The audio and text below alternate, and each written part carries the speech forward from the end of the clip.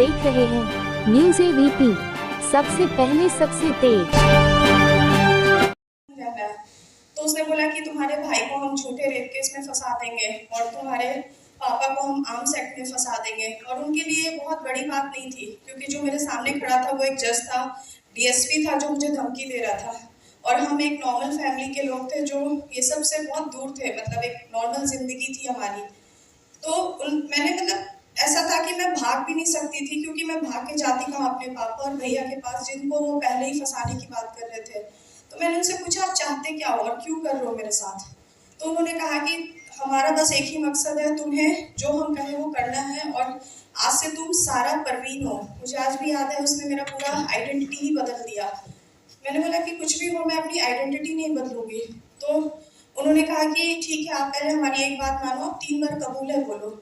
लोग आए उसी के घर में, जैसे हमने मूवीज में देखा था ये सब चीज़ें, जो निकाह कराते हैं। वो जज आया, काजी आए, उसके कुछ लोग आए, एडवोकेट जनरल थे, मतलब कोई भी एक ऐसा आम आदमी वहाँ आसपास नहीं दिख रहा था जिसको हम कह सके कि हाँ मेरी मदद करो। जिस बूढ़ी बुजुर्ग जो माँ के नाम पे थी, वो मुझे धमकियाँ पे धमकियाँ दिए जा रही थी। और उसने कहा बस तुम आज कह लो, उसके बाद सब ठीक हो जाएगा। मैंने कहा 3 बार, उन्होंने कहा कबूल है कर दो, फिर मैं तुम्हारा पति हूँ, तुम्हारे हिसाब से तो मैं ही तुम्हारा पति, फिर मैं तुम्हें अपनी पत्नी मानूंगा। मैंने बोला ठीक है, आप 3 बार कबूल है करो। फिर उसने मुझे बोला आप साइन करो, आज से आप सारा परवीन हो। वहाँ से ये लड़ाई शुरू हुआ। मैंने उस जगह पे बोला, आपने ये कहा कि आप 3 बार कबूल है बोल दो, मुझे उससे कोई नहीं पड़ता फर्क, क्योंकि मेरी शादी हुई है कल आपसे दुनिया के सामने। लेकिन उस आदमी ने वहाँ से, वो उनका शुरुआत था, जो मुझे लग रहा था कि शायद इसके बाद सब ठीक होगा। वहाँ पे मैंने मना कर दिया उनके वो निकाह वाले सर्टिफिकेट में सारा परवीन के नाम से साइन करने से। और वहाँ उन्होंने मुझे धमकी दिया कि हम तुम्हें कुछ समय देते हैं, अगर तुम चाहती हो तुम्हारे पापा जिंदा रहे, तुम सही सलामत रहो, वरना कहाँ बेच दी जाओगी। कान में आज भी वो आवाज़ सुनाई देता है, तुम पहली नहीं हो, तुम आखिरी भी नहीं हो, तुमसे पहले बहुत सी गई और बहुत सी और भी हैं जो इस रास्ते पे चल रही है। तो मुझे लग रहा था पता नहीं मैं कहाँ से कहाँ पहुँच गई हूँ। मतलब पेपर आता था न्यूज़ का, मुझे याद है उस टाइम इंटरनेशनल चैंपियनशिप चल रहा था, लोग मेडल्स ले रहे थे और मैं वहाँ फंसी हुई थी। पापा जी का फ़ोन आया, अगले दिन वो मिलना चाहते थे, तो उन्होंने कहा कि नहीं शादी है, आप समय दो। वो लोग घूमने गए, ये चीज़ सिलसिला चलता रहा, मतलब कुछ दिन तक, जब तक उन्होंने बोला, मैंने बोला मुझे समय चाहिए, क्योंकि मैं खुद को समझाना चाहती थी कि मैं कैसे निकलूं। मुझे ऐसा था कि मैं नहीं चाहती थी कि मेरे पापा और भैया को मेरी वजह से कुछ हो जाए, या वो समाज जो हमें एक बार विदा करके भेज देता है, क्या वो ये सच जान के हमें एक्सेप्ट कर पाएगा। क्योंकि मैं जहाँ से आती हूँ, मैं एक राजपूत फैमिली से हूँ, तो मान सम्मान हमारे लिए बहुत इम्पोर्टेंट था। हमेशा से माँ ने बताया था सम्मान बहुत इम्पोर्टेंट है। तो उस इंसान ने एक झटके से थप्पड़ मारा कि तुम्हें जीना है तो तुम्हें वही करना होगा। मेरे लिए उसके बाद का टॉर्चर कोई मायने नहीं रखता था, क्योंकि मेरे लिए वो थप्पड़ बहुत था, क्योंकि वो वहाँ पे टूट गया था सब कुछ। तो मैंने उसी दिन डिसाइड किया कि चाहे ये जो भी इंसान है, मैं इसको छोड़ूंगी नहीं, और मैं ये सच को तो सामने लाऊंगी। मुझे सच में नहीं पता था कि मैं किस चीज़ की शिकार हुई हूँ। मैंने उस दिन से ये ठान लिया कि मैं किसी भी कीमत पे इस जज को, इस डीएसपी को, ये चाहे जितने पावरफुल हो, मेरे पास कुछ नहीं था, मैं 12वीं पास लड़की थी, ना ही मैं बहुत पैसे वाली थी कि मेरे पास पावर पोजीशन था। लेकिन एक बात था कि जो वो कर रहे थे वो गलत था, और मुझे उस सच को लाना था। 40 दिन में उस दरिंदे के पास रही हूँ, हर दिन ये सोच कर कि कैसे मुझे ये मौका मिले और मैं वहाँ से बाहर निकल पाऊँ जिंदा।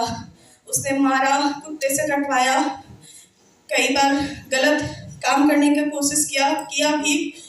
लोगों के पास उस मुस्लिम जज के घर ले जाया गया कि तुम्हें बीफ खाना है, ज़बरदस्ती हर एक चीज़ कर, जितना एक लड़की को आप तोड़ सकते हो उसने तोड़ा। मेरे पापा भैया आए, उनको कहा गया कि हम बाहर घूमने गए हैं, मेरा फ़ोन इन लोगों ने छीन लिया। जब भी बात कराते थे स्पीकर ऑन करके, मुझे ये था कि मुझे मेरे पापा भैया भी सही सलामत चाहिए था, और मुझे मेरा सम्मान वापस चाहिए। तो फिर उसका एक शेड्यूल था। ये ना एक नॉर्मल इंसिडेंट नहीं है जो हम सोचते हैं कि कोई एक वर्ग के लोग आ रहे हैं आपके जीवन को खराब कर रहे हैं। ये एक आतंकवादी लोग हैं। मैंने उसके घर पे देखा था सैटेलाइट फ़ोन, जो हम आम आदमी नहीं देखते हैं, जो हमने मूवीज़ में देखा था। वो रात में वो फ़ोन निकालता था, कई फ़ोन, कई सिम्स, चेंज कर करके अलग अलग देश के उसको पैसे आते थे कैश, जब बेल बजता था पैसे का बैग भरा हुआ आता था। ये एक आम लोग नहीं है जो हम सोचते हैं कि नहीं कोई एक लड़की थी जो प्यार के चक्कर में फंस गई और किसी मुसलमान के घर चली गई या शादी कर लिया। ये हमारे लिए सोच से बहुत परे है।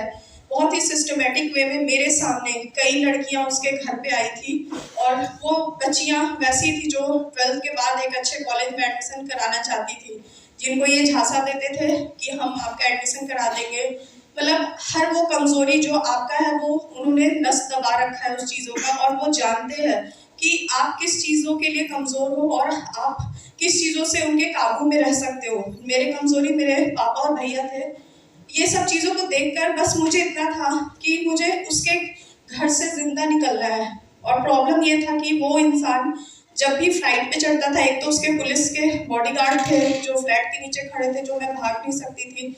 मैं भाग के कहाँ जाती, पुलिस स्टेशन जहाँ डीएसपी वाले रैंक के लोग खुद उसके घर सामने आते हैं, कोर्ट्स के पेपर, हाई कोर्ट के वो जज, ऐसा लगता था मैंने कोर्ट मेरे केस से पहले सिर्फ देखा था मूवीज में, वहाँ देखा कि कोर्ट में कैसे पेपर्स आते हैं, ये जजमेंट बोलता था एडवोकेट जनरल, वो साइन करता था जज।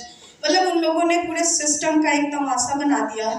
फिर डर लगता था ये सोच के कि भी मैं कहाँ जा रही हूँ लड़ने, मुझे जाना है पुलिस के पास, मुझे केस लड़ना होगा कोर्ट में, ये सब तो इसके घर में है ना। और कहते हैं बिस्तर में बिकते हैं ये लोग उसके। और फिर भी मुझे नहीं पता था मेरा अंत क्या होगा, लेकिन मैं वहाँ नहीं मरना चाहती थी।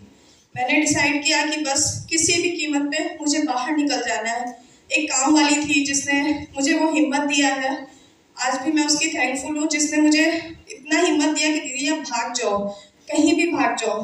तो उसी लड़की ने, उसी काम वाली ने ही, मैंने उसको नंबर दिया था कि जब मैं कहूँगी तो मेरे पापा भैया को बोलना पुलिस लेकर आएंगे घर पे, क्योंकि मुझे पता था ये मुझे ऐसे तो कभी जाने नहीं देंगे। उस काम वाली ने ही मेरी मदद की। और एक दिन समय आया, क्योंकि उसके फ्लाइट का टाइम जैसे हमें पता है, क्योंकि रांची की थी मैं, हमारा बहुत 2014 का टाइम है, बहुत ज़्यादा फ्लाइट नहीं चलते थे दिल्ली और कोलकाता की रात की फ्लाइट। तो शायद उस दिन भगवान मेरे साथ थे। उस दिन रिंग हुआ बेल, तो मुझे मारकर बहुत ही बुरे कंडीशन में किया था, तो मुझे काम वाली उठाकर बाथरूम लाती ले जाती थी, क्योंकि मैं चलने के लायक भी नहीं थी उस टाइम। तो बेल बजा तो काम वाली, क्योंकि मेरे साथ थी, तो उस आदमी ने खुद गेट खोला। तो जो भी वो इंसान था उसने कहा कि सर आज रात की आपकी फ़्लाइट कंफर्म है दिल्ली की। तो मुझे इतना पता था दिल्ली की फ़्लाइट मतलब लगभग 8 बजे की थी। मुझे लगा भगवान ने मुझे बस आज का समय दिया है, मुझे आज ही निकलना है, वरना मैं कभी जिंदा नहीं बच पाऊँ, क्योंकि मेरा हालत हर दिन बदतर होता जा रहा था। मैंने उसी समय काम वाली को, उसने ही पेन ला के भी दिया उसके रूम से, नंबर दिया कि मेरे भाई को बोलना 8 बजे वो आ जाए पुलिस लेके, अगर लेट हुआ तो भी ये मुझे मार देंगे, पहले होगा तो उसकी माँ उसे बता देगी और सारे लोग मुझे कैप्चर कर लेंगे, नहीं आने देंगे, जिंदा नहीं निकलने देंगे वो लोग। ऐसे ही हुआ। लेकिन पुलिस को भी मेरे पापा ने कंप्लेन शायद दिया, नाम सुनकर ही उन्होंने पहले तो हाँ ही नहीं भरा, बट फिर भी महिला पुलिस के साथ पापा ने भी, अब मेरे हैं कुछ नाना जी थे तो उन्होंने हेल्प किया, किसी भी तरीके से करते करते इन्होंने लेट कर दिया। 8:45 बजे तक शायद वो लोग पहुँचे, 8:45 या 9:15 का समय था। मैं जैसे पहुँचे तो उसकी माँ का मुझे आज भी बहुत याद है, लड़की भागने में कामयाब हो गई है, इसको रोको। उसने फट से जज को फ़ोन लगाया, पुलिस तो सामने खड़ी थी, मुझे आज भी याद है, एसआई था वो भी एक मुस्लिम ही था जो जेंट्स था, और एक मैम थी। तो उसने कहा कि इस लड़की को आज रात भर यहाँ रोक लो और इसके बाद हम देख लेंगे। और जज का फ़ोन था, क्योंकि वो ऊंचा सुनती थी तो उस फ़ोन का स्पीकर ऑन रहता था, तो सारी बातें सुनाई दे रही थी कि इस लड़की के पति के पास इसको छोड़ना है, इसे नहीं ले जा सकते हो तुम। और वो पुलिस जो मुझे रेस्क्यू करने आया था वो जी साहब कर रहा था, और मैं 4थे तल्ले पे थी उस जगह पे। मुझे समझ नहीं आया, कहते ना इंसान पागल हो जाता है। मेरे पापा भैया थे, मैंने कहा मुझे छूना नहीं, दूर रहना, वरना ये लोग आपको फंसा देंगे। वो लोग तो सोच रहे थे मैं पागल ही हो चुकी हूँ, क्योंकि मुझे पता था ना वो क्या कर सकते हैं। तो मैंने लास्टली 1 घंटे चला ये सब कुछ, डीएसपी आ गया, जज पहुँच गए, एडवोकेट जनरल आ गया, वो सारा उनका जो एक ग्रुप था वो पहुँच गया। उन्होंने कहा ये लड़की यहाँ से नहीं जाएगी, और वो पुलिस, वो जो हमारे रक्षक थे वो मुझे छोड़ के जा रहे थे। लास्ट में मैंने सोचा वो तो मुझे मार ही देंगे आज वैसे भी, मैंने बोला मैम मैं यहाँ से कूद जाऊँगी, क्योंकि ये मुझे जिंदा नहीं छोड़ेंगे, इनको पता चल चुका है। मुझे आज भी याद है, कुछ है लोग जो सच में अपनी ड्यूटी करते हैं। वो एसआई मैम ने कहा कि इस लड़की को मैं यहाँ अकेला छोड़ के नहीं जाऊंगी। उन्होंने देखा मेरा हाल क्या था और उन्होंने कहा कि मैं इसको पुलिस के अपने लॉकअप में रखूंगी, लेकिन मैं इसको ना यहाँ छोड़ूंगी ना उसके मायके में छोड़ूंगी। वो एक पल था जहाँ मैं उस अंधेरे से बाहर निकली थी। मुझे नहीं पता था मेरा अगला दिन क्या होने वाला है। सबने पावर लगा लिया कि तुम रोक लो। फिर एसआई ने साथ दिया मेरा, मैं वहां से बाहर निकली, मुझे पुलिस अपने साथ ले गई। कंडीशन इतनी खराब थी कि वो लॉकअप तो कहाँ ही ले जाती, मुझे सदर अस्पताल ले जाया गया, वहाँ रेफर किया गया रिम्स में। मेरा इलाज शुरू हुआ और वहाँ पे अगले दिन सुबह ही इनके लोग पहुँच गए। इतना डर था मुझे कि ये मेरा नाम जानकर शायद मुझे जहर डालकर ना मार दे, क्योंकि वो कर सकते हैं, वो सब कुछ कर सकते हैं। तो मैंने जो सर ने मेरा एडमिशन लिया था, मैंने बोला सर मेरा स्पेलिंग गलत कर दो, मुझे कहीं भी रखो, मुझे वार्ड में मत रखना वुमेन, क्योंकि वो मुझे मार देंगे। सर ने, मुझे याद है ट्रॉमा सेंटर मैन के उसमें मेरा एडमिट हुआ था। मुझे अकेली मैं लड़की थी और बाकी लोग ट्रॉमा सेंटर वाले जेंट्स थे सारे। वो लोग आए, वैसे ही सबने ढूंढना शुरू किया।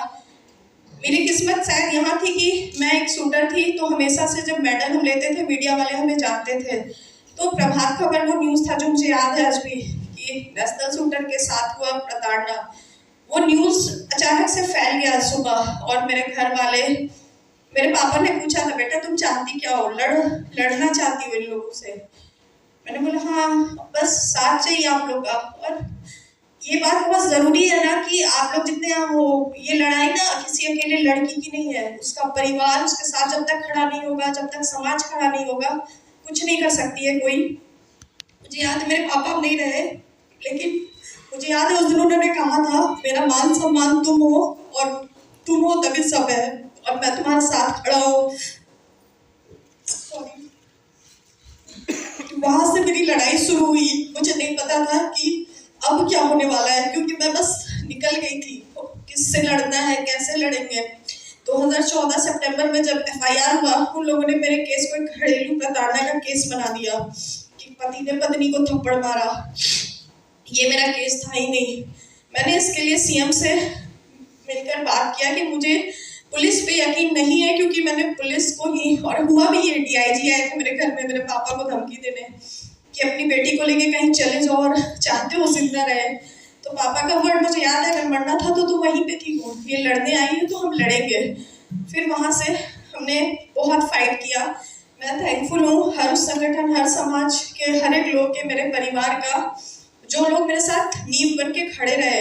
हम लोगों ने 1 साल लगा था मेरे केस को सीबीआई का केस टेक ओवर करने में, जब सीबीआई मेरे केस को टेक ओवर कर आगे बढ़ी थी, क्योंकि मेरे पास सारा प्रूफ था, लेकिन कोई मानने को तैयार नहीं था। उस दरिंदे को पकड़ने के लिए रेस्क्यू टीम जो पुलिस की होती है, जो शायद अरेस्ट हो जाना चाहिए था, उसको उन्होंने 4 दिन का समय दिया कि वो सारा प्रूफ अपने घर से निकाल दे। हर एक चीज़ मीडिया के सामने था और थैंक यू, हमेशा से मैं रहूँगी मेरे केस में। मीडिया नहीं होती तो शायद मैं जिंदा ही नहीं होती। मीडिया ने अपनी तरफ से हर एक न्यूज़ लाकर इतना प्रेशर बनाया उस दरिंदे को। यही जबकि मैं रांची में थी, वो रांची में था, वो यहाँ दिल्ली हरियाणा के किसी बॉर्डर पे अरेस्ट किया गया था। मतलब इस लेवल पे जज के गाड़ी से वो भागा था, जो आज भी ऑन रिकॉर्ड है।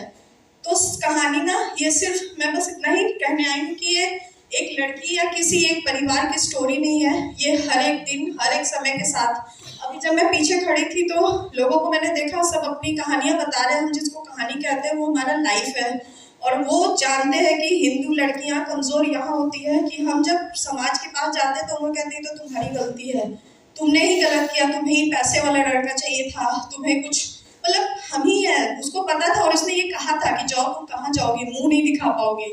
मैंने देखा है लोग मुंह कवर करके आते हैं। मुझे उसने बुरखा के लिए बहुत टॉर्चर किया था। तो मैंने उस दिन कसम खाया था ये मेरे पहचान की लड़ाई है और मैं मुंह छिपा के तो कभी नहीं लड़ूंगी। और मैंने कभी भी अपने आप को कवर करके नहीं लड़ा, क्योंकि मरना तो वैसे भी है, किसी दिन भी मरेंगे, लेकिन ऐसे घुट के तो नहीं मर सकते हैं। और फिर उसके बाद कंटिन्यू 9 साल लगे। सीबीआई ने केस लिया। सीबीआई के बाद मेरा 162 जो नॉर्मली केस में एक बार होता है, मेरे केस में 2 बार रजिस्टर किया गया। मुझे जो आप कहते हो ना स्टेटमेंट रिकॉर्ड होता है विक्टिम का, कोर्ट में मुझे याद है 8 महीने मेरा पर डे बेसिस पे, सिर्फ ऑफ डेज हॉलीडेज छोड़कर, मुझे 9 बजे से लेके 1-1:30 बजे तक का कंटिन्यू मेरा चलता था क्वेश्चन। मतलब किस लेवल के लोगों ने नहीं चाहा कि हम टूट जाए या मेरा बयान बदल जाए या वो इंसिडेंट मैं भूल जाऊँ, हर एक पल हर एक चीज़ आंखों के सामने था। तो जज ने स्टेटमेंट में भी लिखा 9 साल लगे हैं मुझे इस लड़ाई को लड़ने में। 2023 में मेरा जजमेंट आया, 23 नहीं 24 में, जिसमें जज ने ये माना और उस दरिंदे को उम्र कैद का सज़ा मिला है और वो जज उसे 15 साल का सज़ा मिला और वो पूरी जो माँ कहती है उसे 10 साल का सज़ा मिला है। तो बस लड़ाई यहीं पे नहीं, आज भी वो बेल के लिए अप्लाई कर रहे हैं, लड़ रही, लड़ाई तो शुरू है। अफसोस बस इतना है कि हमने इतना साबित किया कि ये हो रहा है फिर भी